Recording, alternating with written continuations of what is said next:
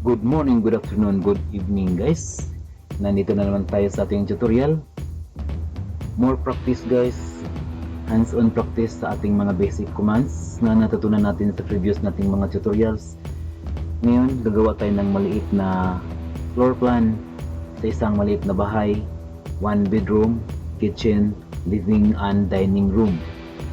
Ang dimension nito is 8,000 by 6,000 units. Pero bago natin umpisahan guys, kung bago lang kayo sa aking channel, pakipindot na ang subscribe button sa baba at paki-like na lang din kung nagustuhan nyo ang aking video at pakipindot yung bell and click all para ma-notify kayo sa aking mga susunod na videos.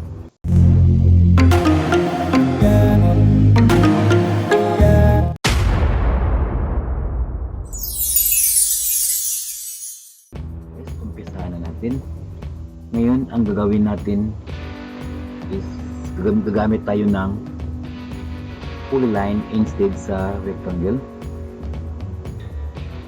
Shortcut is PL. Then 8,000.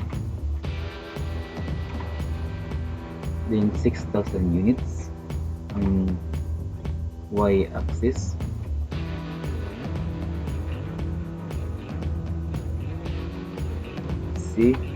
For close.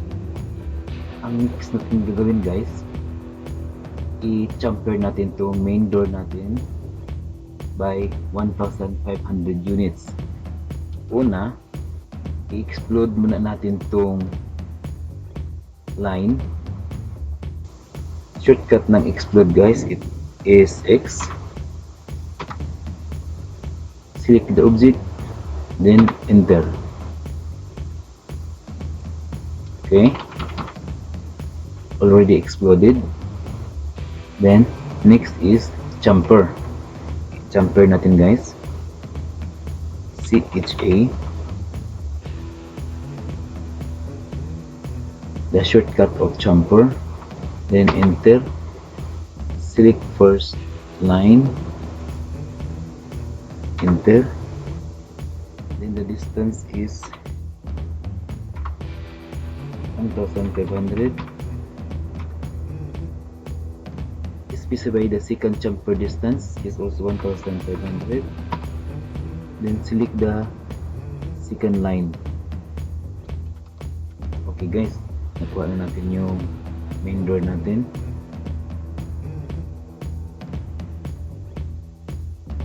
Ang next natin gawin is ibalik natin pag buo yung line, connected line. Kasi i-offset natin siya. Edit, enter, select. Do you want to turn into 1? Y is yes, enter. Then join, select the object.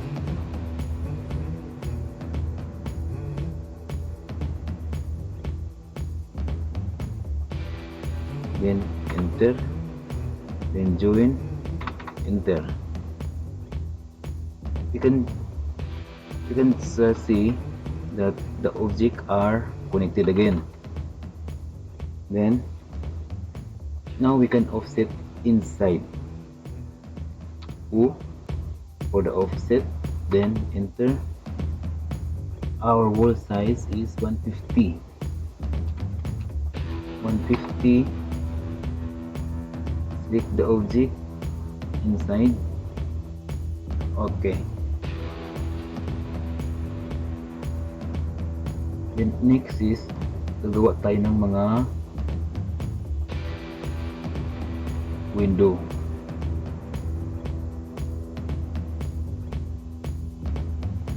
Mula dito guys sa corner sa wall hanggang dito sa window frame is 1,000. Ang window is 1,800. And then ang wall dito is 1,500. So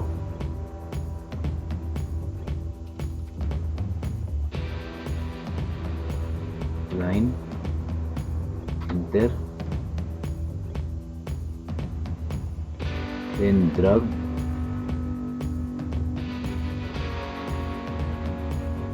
$1,000, enter, then okay guys, may line up tayo. Since na yung window natin is 1,800 and then 3 division, so it means that tag 600 ang isa, so i-offset natin siya ng tag 600 para mas mabilis. Offset 600,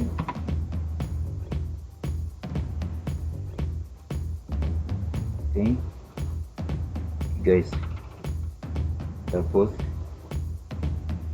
drive natin,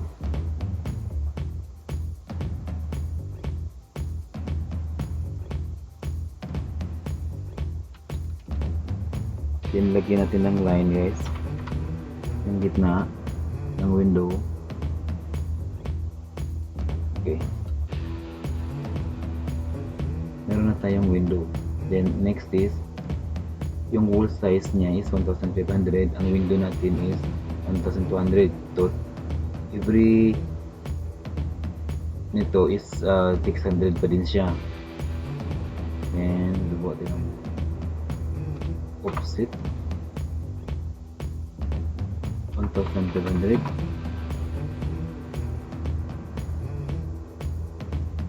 okay, and then dalawang tag 600 na window, offset pa rin siya, then 600,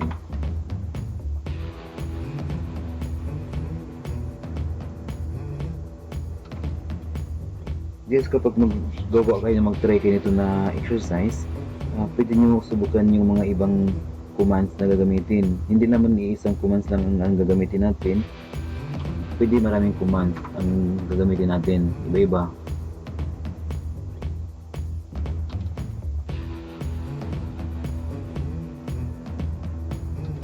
Then try natin ang distance guys, check natin ang distance mula dito hanggang dito, 1,000, correct guys. Then dito guys,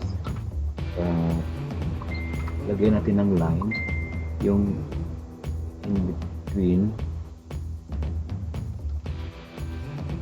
and then since na ang main door natin is 900, so i-offset natin siya ng 450 left and right, offset 450,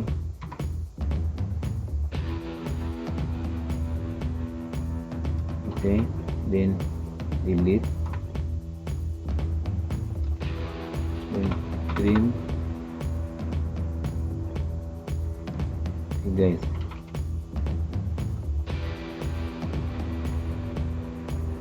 Then dito guys, doon pa rin yung window natin, tatlo pa rin siya dito, the same size sa kabila.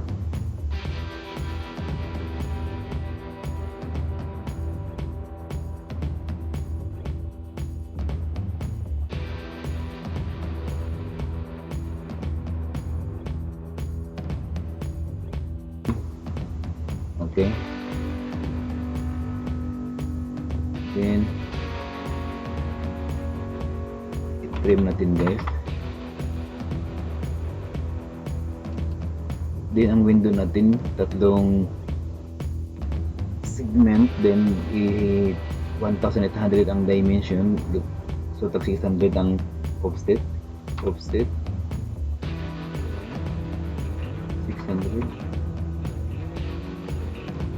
okay, first, second, then third,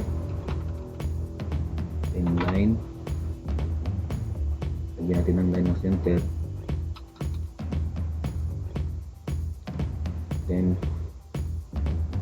ang wall is 1,000,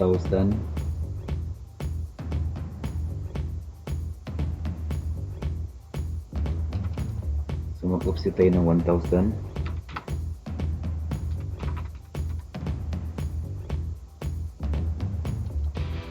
then ang window natin is dalawang 600.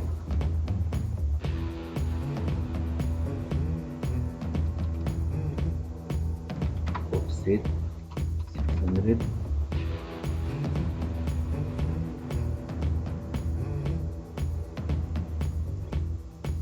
Okay.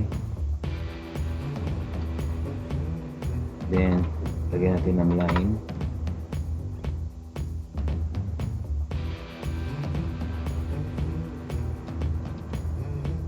Check natin ang distance kung tama. 1,000. Then next is dito sa taas.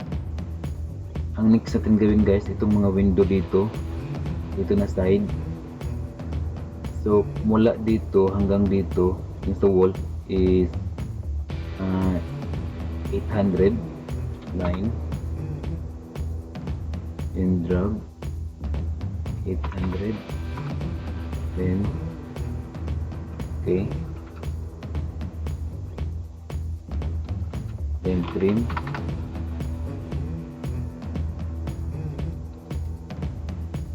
then dalawang tag 600 na window, offset 600,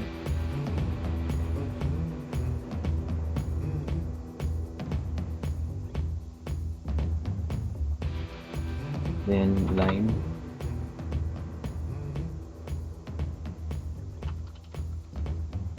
then offset tayo ng 1,000 sa wall,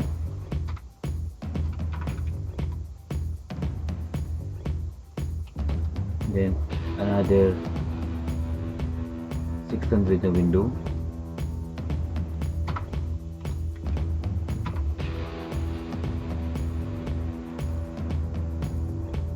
then 9, then i-divide natin guys ito yung wall dito. Ang wall natin dito is only 100, ang sa side is 150, then itong sa inside wall is only 100. Mula dito is 3,950.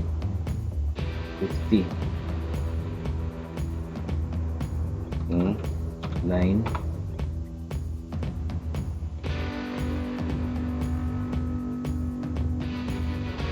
$3,950, then down, then offset 100,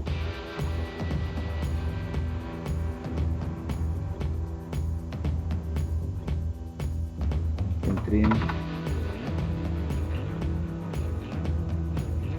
okay, then ang window natin guys is mula dito sa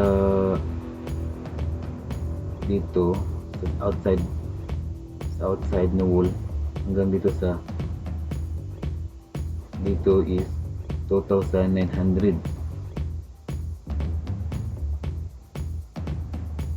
So if mula dito hanggang dito is 2,750. Okay guys, hanggang dito na lang tayo ngayon. Ay patuloy natin ang ating hands-on exercise number 2 sa next na video. Salamat guys.